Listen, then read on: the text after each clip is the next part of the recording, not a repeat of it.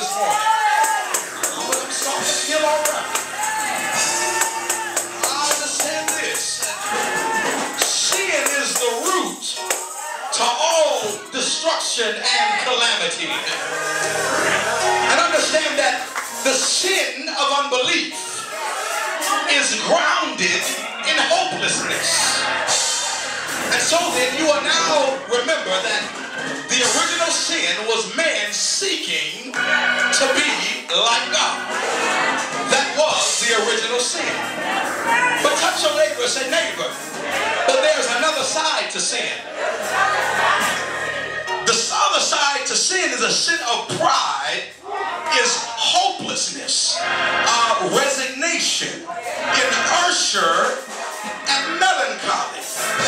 What are you talking about, preacher? Well, when we become frustrated with a sweet decaying force, dying slowly in a euphoric state of discouragement.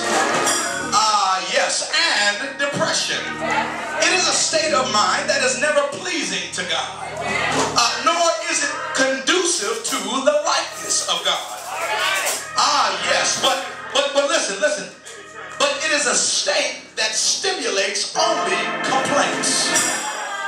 It is not a state that stimulates praise.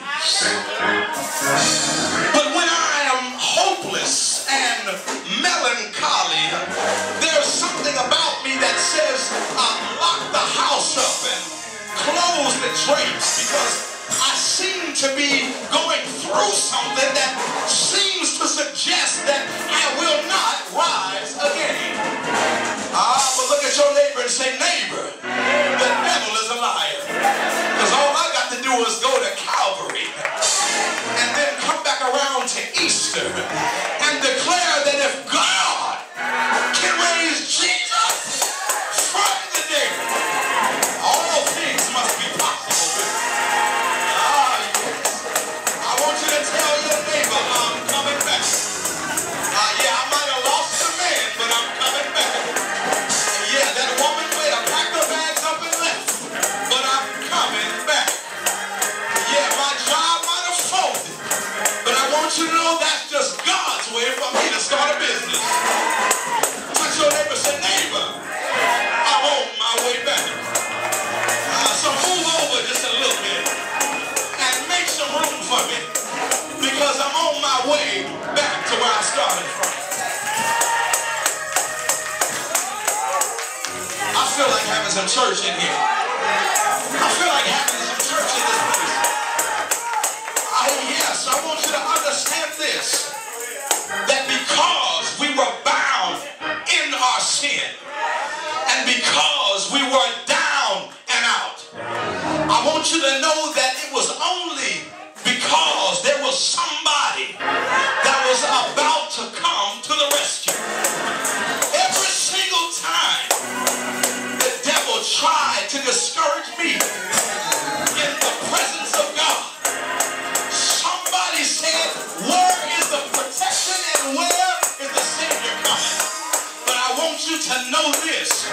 I was standing in the courtroom and the judge began to start the trial.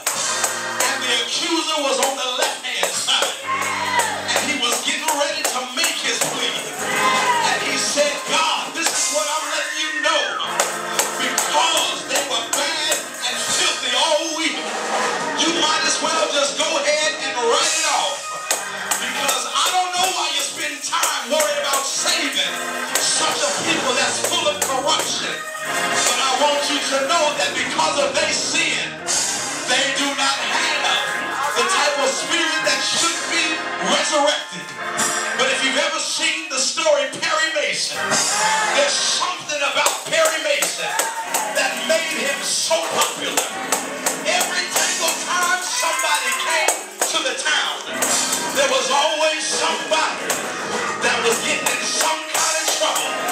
And the first thing that they thought to do, there's an attorney that is in this city that has a grand resume and has a perfect record. When he goes to court, he's never lost a case. You've been in your sin for too long. The time now is to get ready to go to court.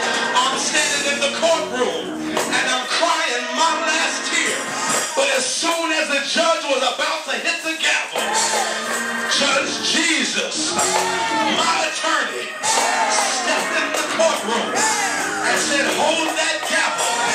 I want you to know something. God, this accuser over here has tempted me on every side, has tried to get me to fall into sin. But I want you to know, Judge, since you are my daddy, and I want you to know this, I died and paid the ultimate death penalty a long time ago. So because of my blood, you've been acquitted by blood association. Somebody shout, yeah! You ought to shout, yeah! I feel it in this place.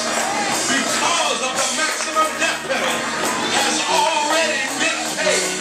I no longer have to be tried for a case that is no longer on the docket. I don't have to worry because he is the propitiation for my sin and stands before the court testifying that I've been acquitted by blood association. And Jesus stands in the back and said, because I'm your attorney, the judge is my daddy, I've never lost the case. I've never lost the case because of your sin. Somebody in here been dealing with some issues. Somebody in this place been sticking through trials.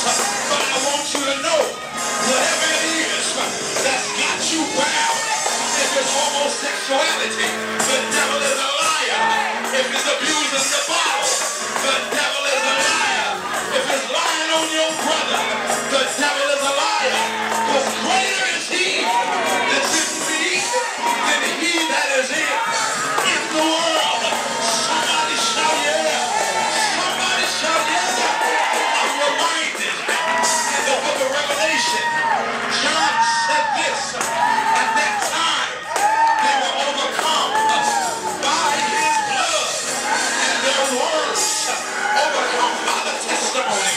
And because my Redeemer liveth, he's standing in my place, pleading my case.